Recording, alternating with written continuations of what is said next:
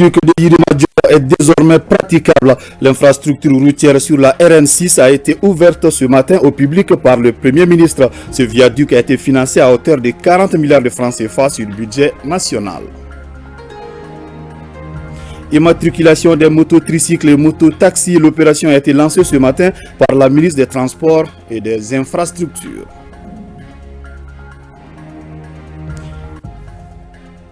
Ouverture d'une session spéciale à la cour d'assises de Bamako avec une vingtaine d'affaires au rôle devant la cour des présumés auteurs des crimes économiques.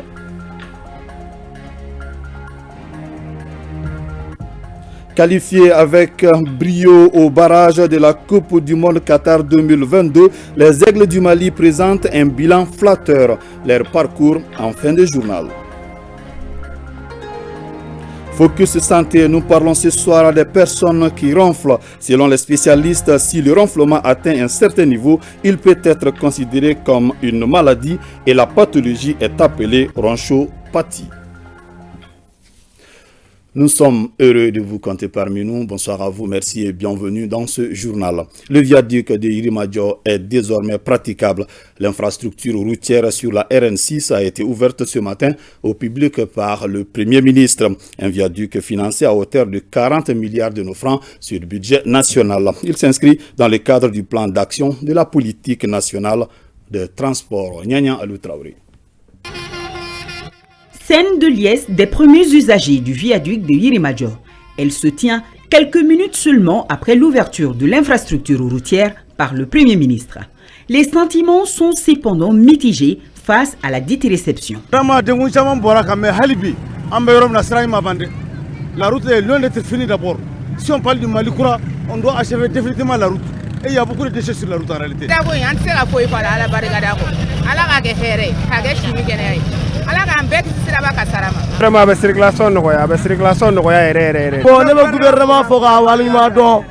Contribuer à la croissance économique du pays par la réalisation d'infrastructures structurantes, c'est l'objectif visé par les autorités de la transition.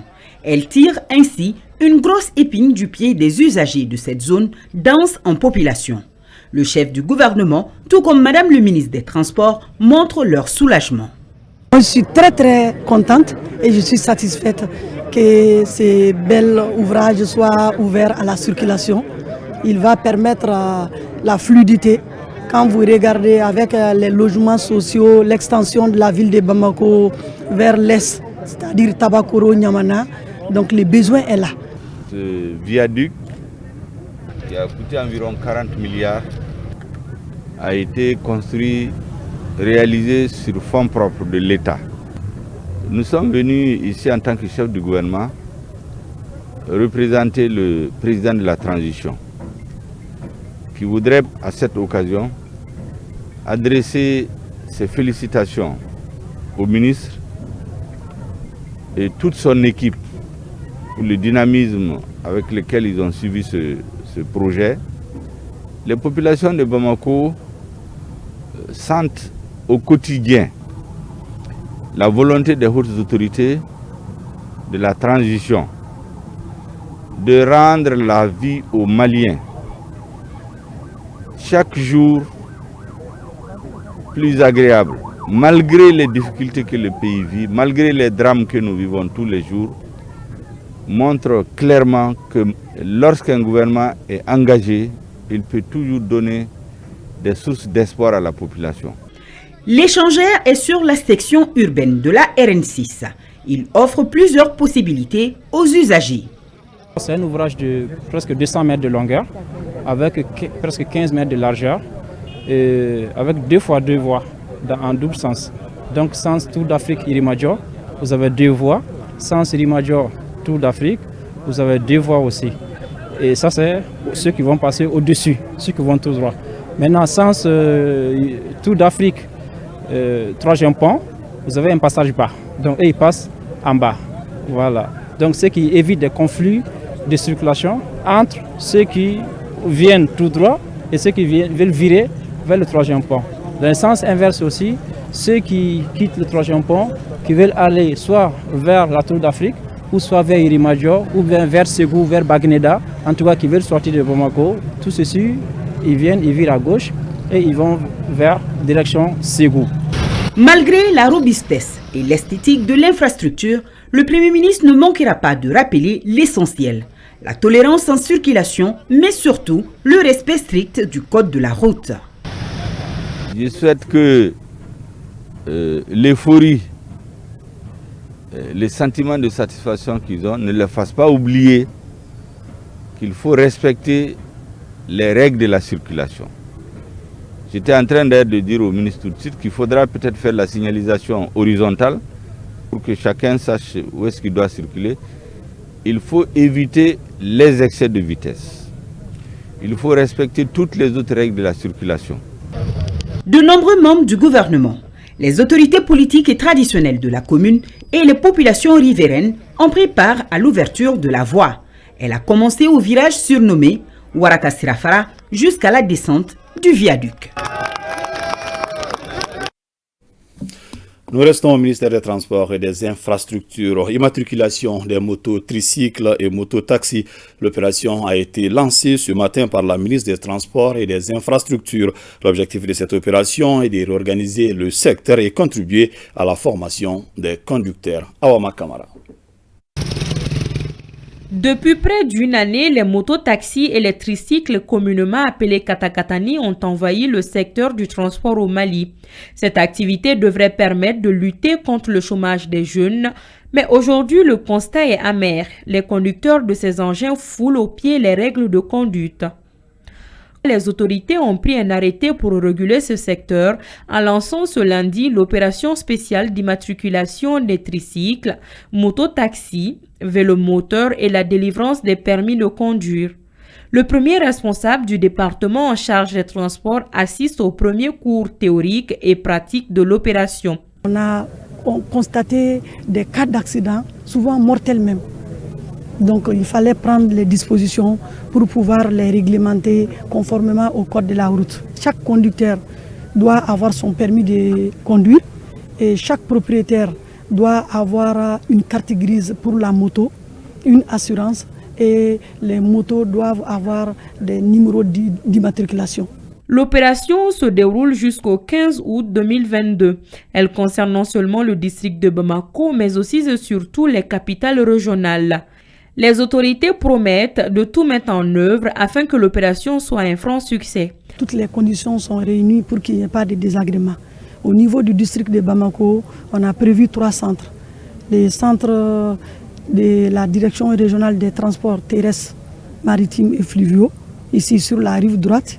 Et ensuite, il y a un autre centre sur la rive gauche, c'est-à-dire les centres de la subdivision des routes qui se trouve dans la cour de la Cétru au niveau de la zone industrielle et ensuite un autre centre au niveau du garage administratif à Dar Salam pour que les propriétaires de ces engins puissent aller s'enregistrer et faire des examens sans pour autant créer beaucoup d'embouteillages.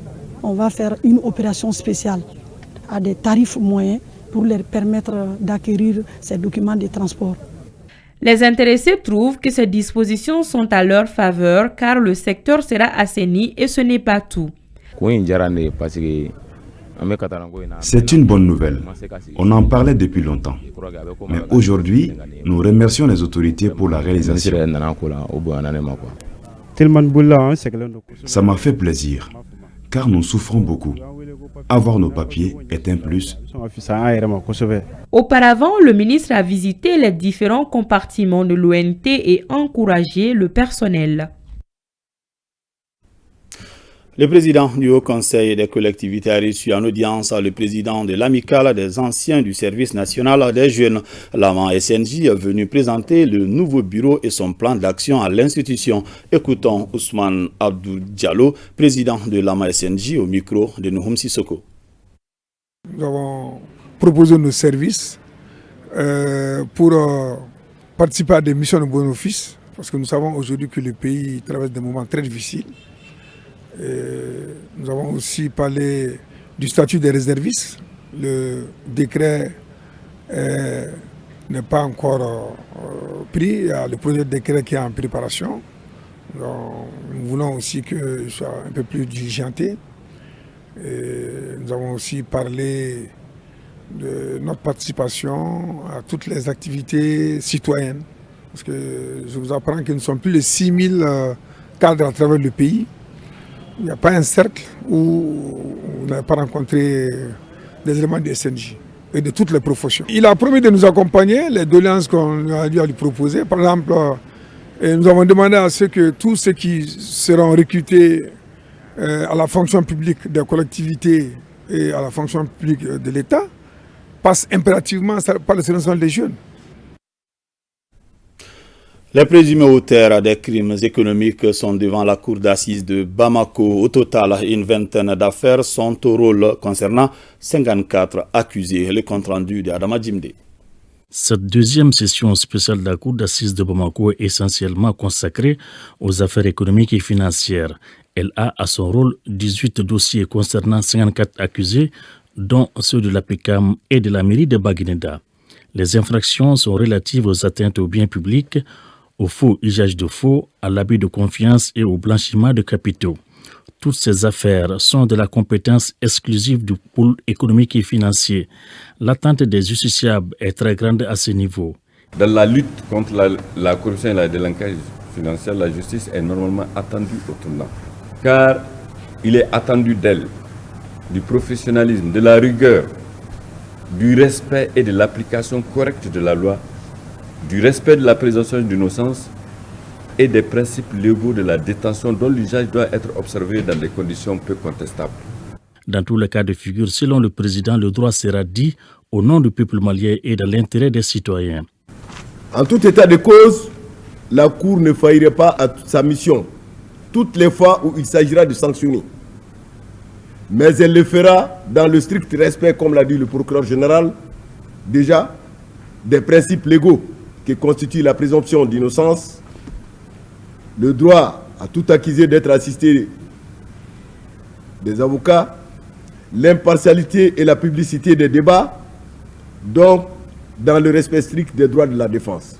Quant aux avocats, bien qu'ils soient des conseillers des accusés traduits devant la Cour pour la gravité des infractions commises, le barreau est tout de même conscient de la pertinence de la lutte contre la corruption.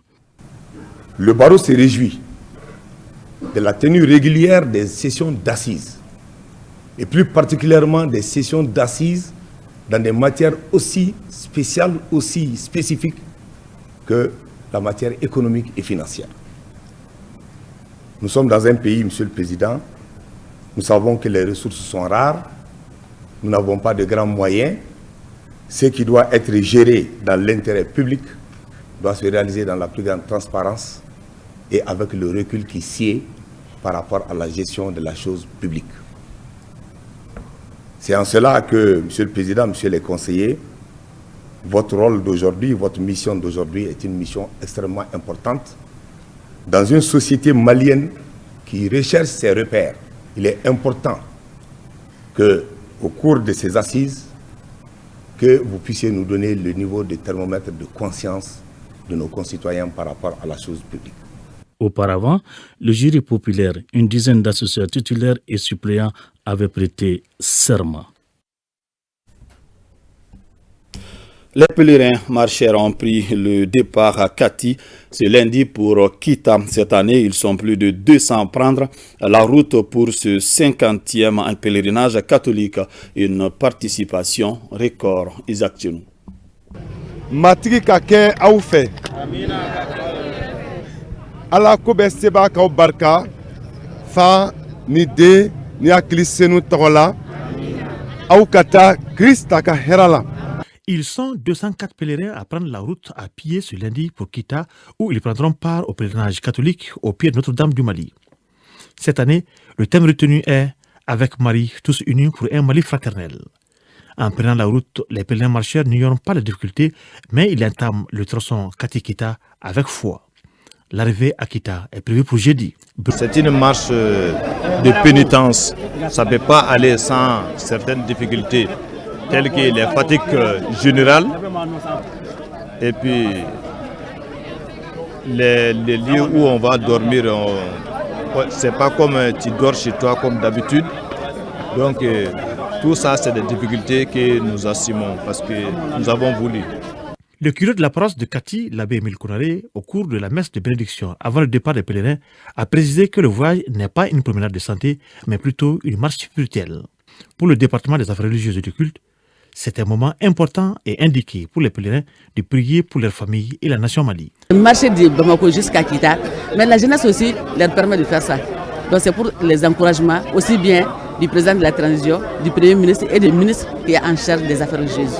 Et avec l'actualité, vraiment, on va demander même aux marcheurs, en marchant, de prier pour le Mali, pour que le Mali retrouve sa stabilité d'antan. Cette année, le pèlerinage sera animé par le diocèse de Ségou et aura lieu les 20 et 21 novembre.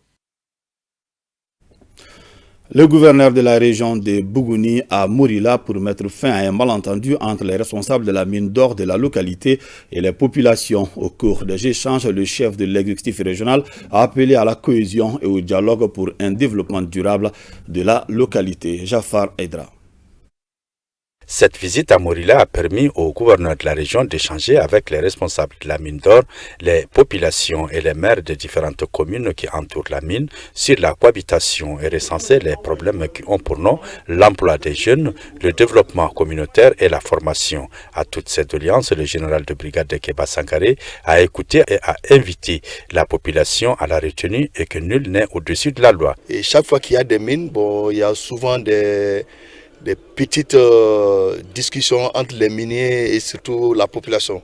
Là encore, on a laissé la parole à tout le monde pour essayer de voir comment nous allons travailler dans un environnement apaisé avec tout le monde afin que le Mali puisse tirer les bénéfices auprès de cette société qui, au-delà de la recherche de l'or à Morila, s'apprête à ouvrir dans la commune de Faragouana une nouvelle mine pour la recherche du lithium. La mine emploie à peu près 70 voire 75% des jeunes locaux pour les emplois non spécialisés. C'est une mine au moins qui respecte l'environnement. Il s'engage au nom de la société à travailler de façon collaborative avec l'ensemble des différents acteurs, l'ensemble des différentes populations au niveau local, les communautés locales.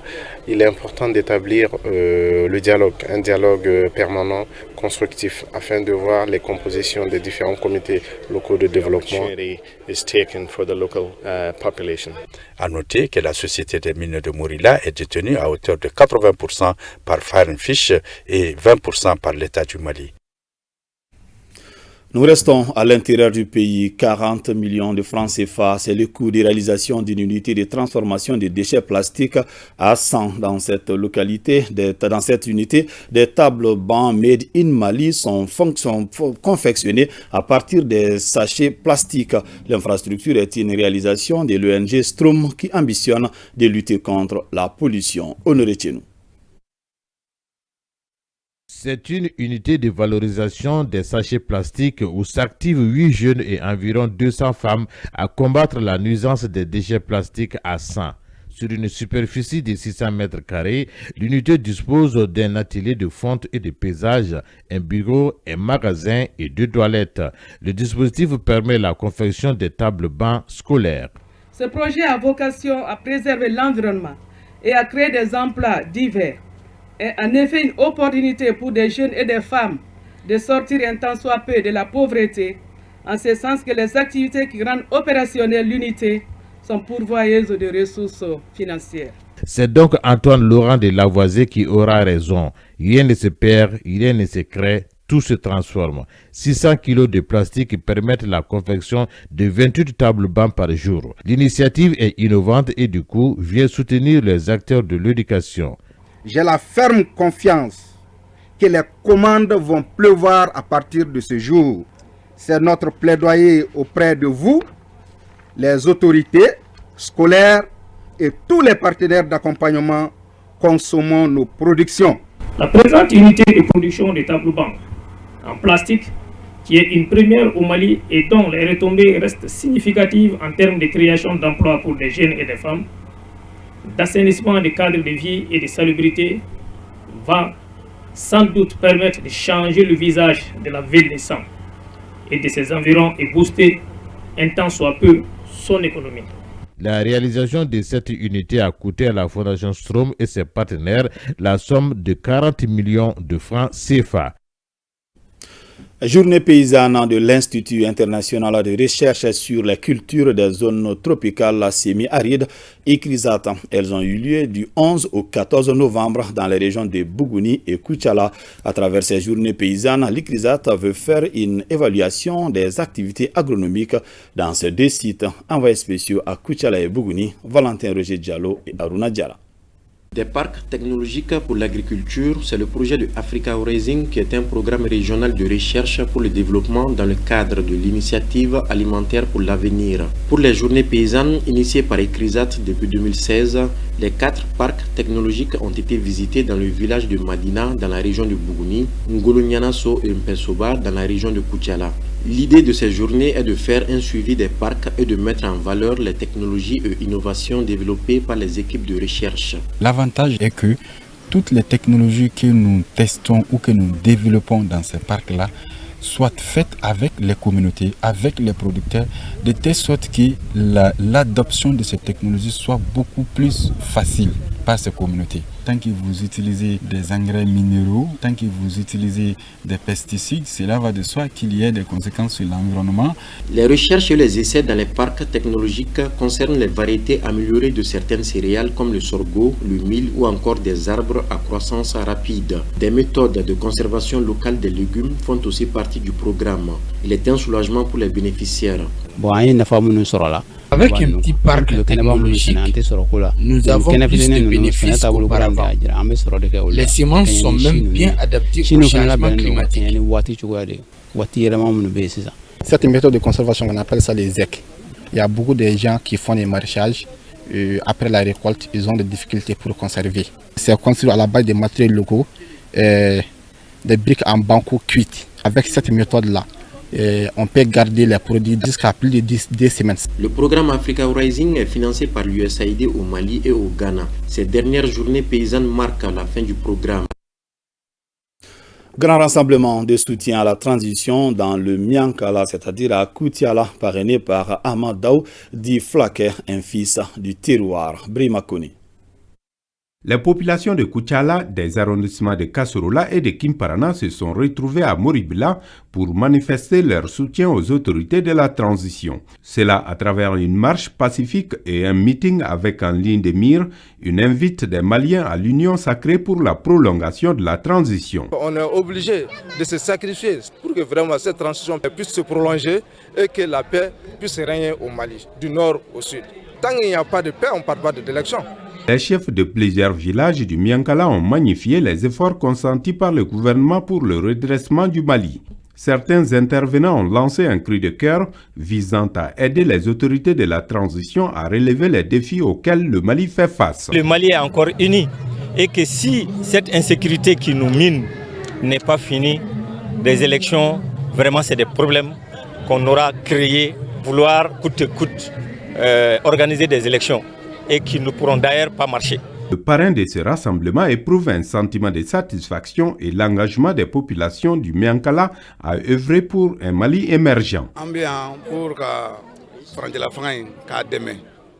Le président de la transition est un fils du terroir. C'est pourquoi il est important pour nous, qui sommes ses frères, de mener une action de ce genre. Je suis très content car les gens sont sortis massivement. La montée des couleurs et une minute de silence observée à la mémoire des hommes et des femmes tombés sur le champ de l'honneur sont perçus comme des actions patriotiques louables. Autre soutien de taille à la transition, celui du collectif des femmes leaders de Tessalit dans la région de Kidal. 75 associations féminines se sont engagées à accompagner les efforts des hautes autorités pour une transition réussie. De Tessalit, la correspondante de Sidi El-Medi Ag Al-Baka. À Tessalit, le collectif des femmes leaders a lancé ses activités à travers un rassemblement populaire pour montrer à l'opinion nationale et internationale son soutien aux autorités de la transition. Les femmes de Tessalit aujourd'hui apportent leur soutien à la transition.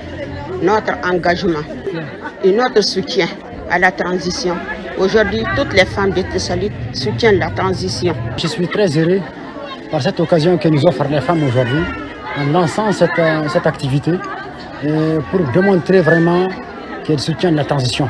nous sommes de cœur avec eux. Toute la population de Tessalit adhère. Les femmes leaders ont ainsi donné le ton pour une large mobilisation et un soutien sans faille au président de la transition, le colonel Assimi Goïta, et au premier ministre Choguel Kokalameiga. C'est vrai que Tessalit est l'un des cercles les plus éloignés de la République du Mali, mais c'est pour seulement dire aux autorités de la transition à travers le président de la transition et son premier ministre que nous suivons l'actualité de près.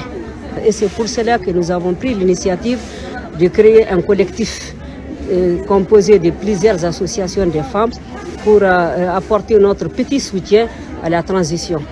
Moi, je pense qu'aujourd'hui, tous les Maliens doivent se donner la main. Tous les Maliens doivent appuyer cette transition. Les collectifs de femmes leaders comptent organiser d'autres activités pour une transition réussie. À présent, quelques informations nationales en bref commentées par Idrissa Kone. Le projet Hydromed vient de remettre des équipements de transmission à la Direction générale de la protection civile pour un montant d'environ 150 millions de francs CFA. Ces équipements permettront de renforcer les capacités opérationnelles des agents de la dite direction. Aujourd'hui, nous recevons des moyens techniques les plus avancés, c'est-à-dire les services de transmission qui constituent, vous le savez, au sein du commandement un appareil assez important. Et si nous avons l'occasion d'en avoir, je pense que nous pouvons que nous en réjouir. Donc c'est pour dire vraiment merci et sincère remerciement à Hydromed.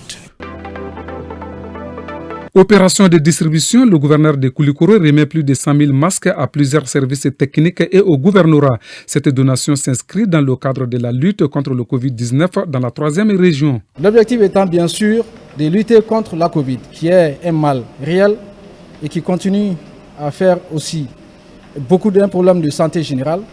Donc malgré la vaccination, je crois que les gens ont oublié. Pour autant, on ne doit pas baisser de garde par rapport aux mesures sanitaires.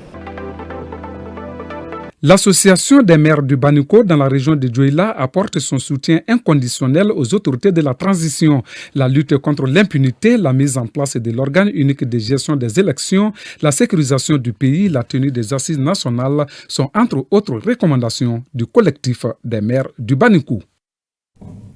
Retour à l'intérieur du pays, les réseaux d'action sur les armes légères en Afrique de l'Ouest viennent d'organiser une rencontre de sensibilisation à Gao. Thème retenu, cohésion sociale, recrudescence de l'insécurité, comment y faire face. Sambaré Aïdara.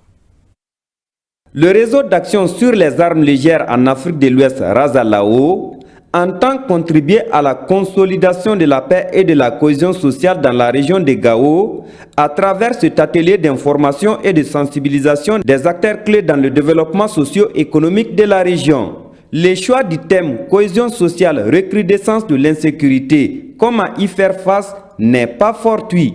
Ce thème vient consolider et renforcer le comportement de chaque villageois, de chaque citoyen, lorsqu'il entendra le message qui émane de son chef dans le contexte de la cohésion sociale. C'est pourquoi vous voyez que les participants, c'est des chefs de village, c'est des responsables des entités et des médias. Selon les autorités traditionnelles, cette initiative du Razalao peut et doit favoriser le dialogue intra- et intercommunautaire en brisant le mur de méfiance. Cette rencontre est formidable. On sera une chaîne qu'il faut pour les chefs même et pour la population.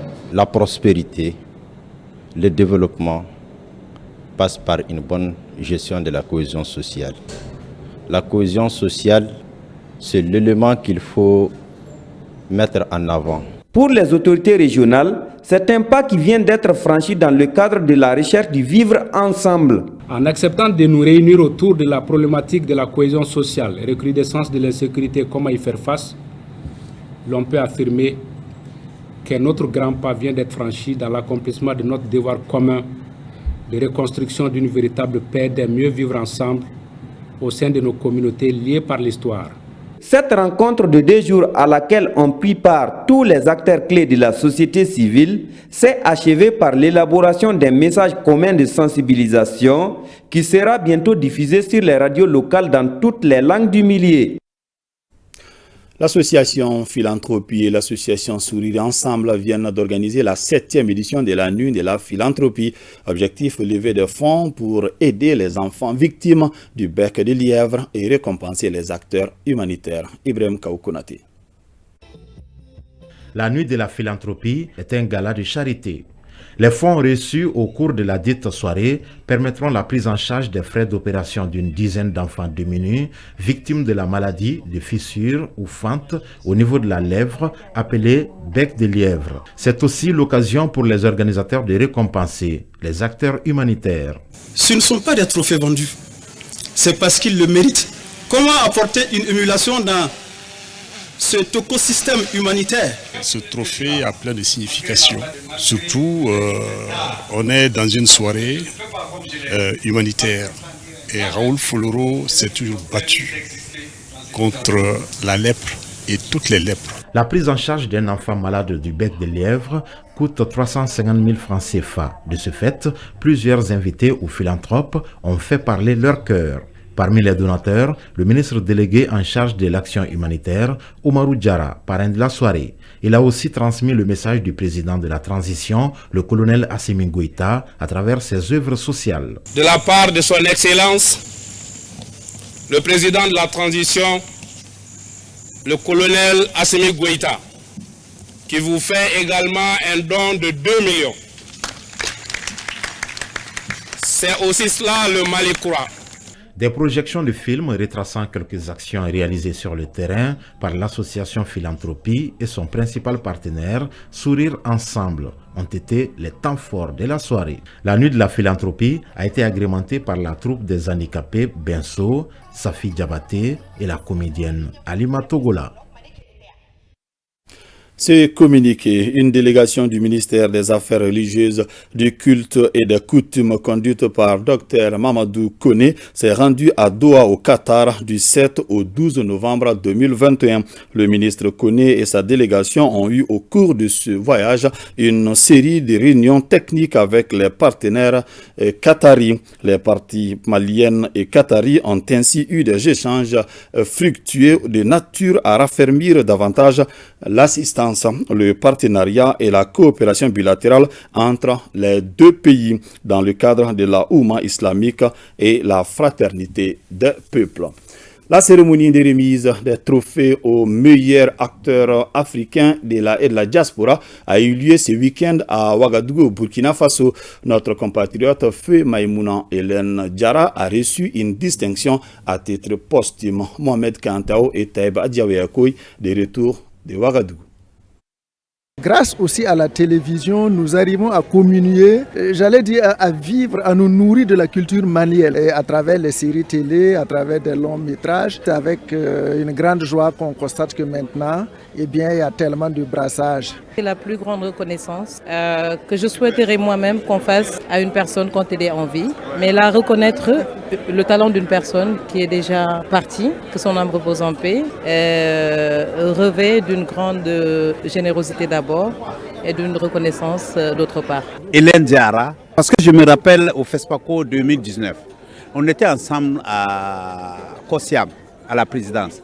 Elle m'appelle et puis elle me dit, écoute Mila, je ne peux pas venir ici et repartir sans faire photo avec ton président. Je dis, il n'y a pas de problème. Je suis parti voir le président.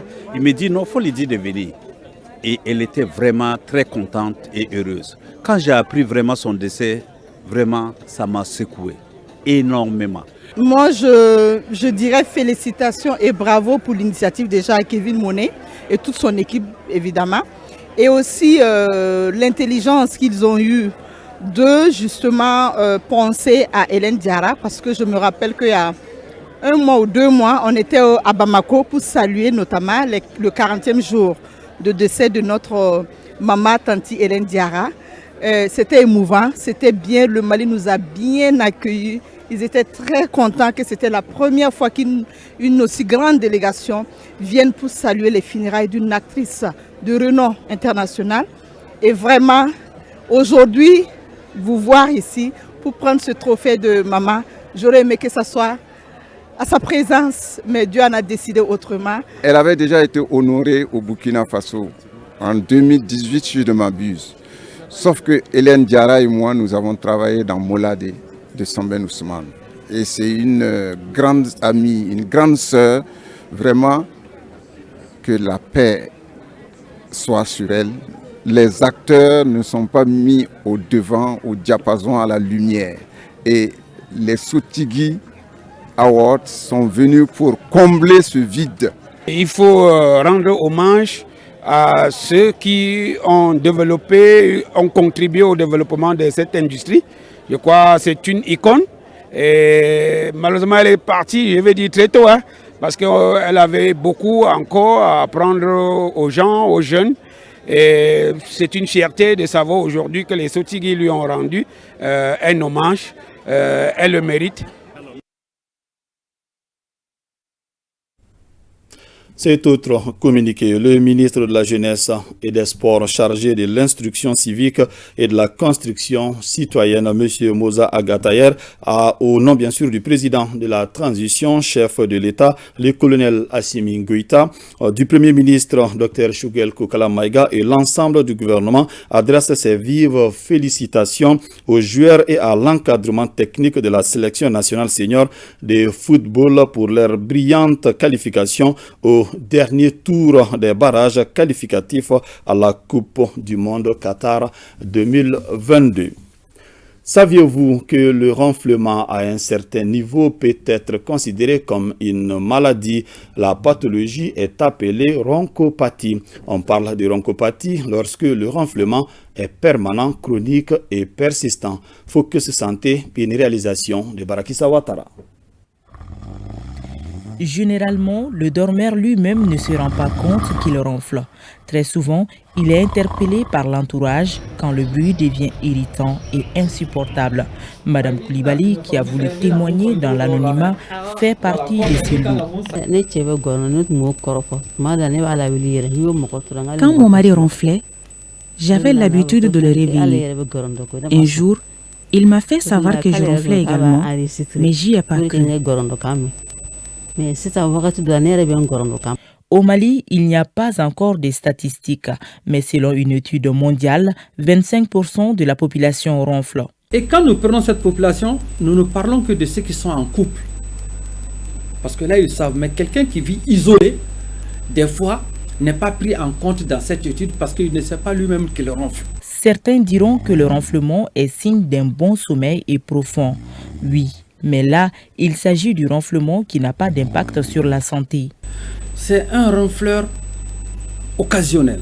Par exemple, après une activité sportive très intense, le patient est ainsi fatigué le soir. Cela peut se traduire par un affaissement des voies aériennes et ce monsieur se met à ronfler. Mais une fois qu'il se serait reposé, le ronflement aurait cessé. Mais en réalité, tout ronflement est mauvais car cela veut simplement dire que l'air ne passe pas bien dans les voies aériennes, ce qui peut avoir une conséquence sur la santé. J'ai suivi une émission de santé sur ORTM concernant le traitement du ronflement. C'est pourquoi je suis venu. Normalement, dans la gorge, nous avons des récepteurs qui sont sensibles au passage de l'air. Mais quand il y a une infection, ou une masse qui est là, ces récepteurs se trouvent bloqués. Donc, quand il y a un affaissement, ces récepteurs ne transmettent pas normalement l'information du pharynx vers le cerveau. Il y aura un délai. Si vous avez un tuyau qui a ce calibre, par exemple, et que vous avez des amygdales grosses, et que le tuyau devient à un tel calibre, forcément, le cerveau ayant besoin de 8 litres d'air par minute, va forcer pour faire passer l'air, et ça va forcément mettre les parois du pharynx en mouvement et entraîner donc le ronflement. Le ronflement n'est qu'un symptôme de la ronchopathie. Elle constitue la forme la plus grave.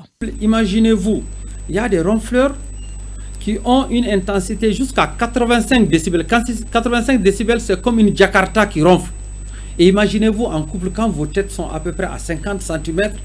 Son diagnostic est posé à travers des interrogations auxquelles le patient se soumet. On vous dit, au cours de la journée, vous arrive-t-il de somnoler ou de vous endormir? Pour chacune des situations suivantes, indiquez le chiffre qui correspond à votre fréquence de somnolence. Par exemple, on vous dit, je ne somnole pas. 0, je ne somnole pas. 1, faible chance de s'endormir. 2, chance moyenne de s'endormir. Et 3, forte chance de s'endormir. Alors, quelles sont les situations? Assis en train de lire. Est-ce que vous dormez? La personne me dira non, jamais, parfois, souvent, toujours. Alors, je note. En regardant la télé, donc, c'est un ensemble de questions et nous notons cela. Si la personne a 10, ça veut dire là déjà il y a un problème. En ce qui concerne le traitement, on en connaît 4. La première prise en charge est hygiéno-diététique, la deuxième est posturale, la troisième est prothétique et la quatrième est chirurgicale. Ça veut dire avoir une bonne hygiène de vie, faire du sport, éviter de manger gras, manger avant 19h si possible. La méthode posturale, c'est quoi? Éviter de dormir de préférence sur le dos. Ne pas dormir sur le dos. Dormir soit sur le côté ou sur le ventre. Nous avons ce que nous appelons le côté prothétique. C'est des prothèses. Nous avons tout de suite là une machine qui peut aider, qu'on appelle la ventilation à pression positive permanente. Quand la personne est couchée le soir, nous lui mettons un masque et la machine est branchée, la machine envoie un flux d'air permanent. Et enfin, nous avons ce que nous appelons la chirurgie. La chirurgie, elle consiste en quoi? Ça consiste à faire de la place dans la gorge. Le meilleur moyen de lutter contre le renflement est d'éliminer ou restreindre les causes. Typiquement, réduire sa consommation de tabac, éviter de boire de l'alcool ou perdre du poids. Et ce n'est pas un mythe, les hommes ronflent plus que les femmes. À présent, la situation de la pandémie à coronavirus dans notre pays. Les services de santé ont enregistré 13 nouveaux cas positifs sur 684 tests réalisés, 23 patients guéris, 3 décès. À ce jour, 425 patients sont sous traitement. L'ORTM en deuil, Mahamadou Doumbia, journaliste à la retraite depuis 2018, n'est plus. L'ancien directeur de la station régionale de Caille est décédé ce lundi à l'âge de 66 ans dans des suites d'une maladie. Né le 29 août 1955 à Bougouni, Mahamadou Doumbia est affecté à l'ORTM en février 1997 après plusieurs années de service au ministère de la Jeunesse, des Sports, Arts et Culture. Ces obsèques auront lieu demain dans sa famille à Gouana à partir de 15h30. À suivre également après ce journal l'intervention en Bamanankan du Premier ministre Dr Shogel Kokala Maïga au Forum national sur l'entrepreneuriat des jeunes et des femmes en milieu rural à Ségou. C'est donc la fin de ce journal. Merci de l'avoir suivi. Que le bon Dieu nous protège.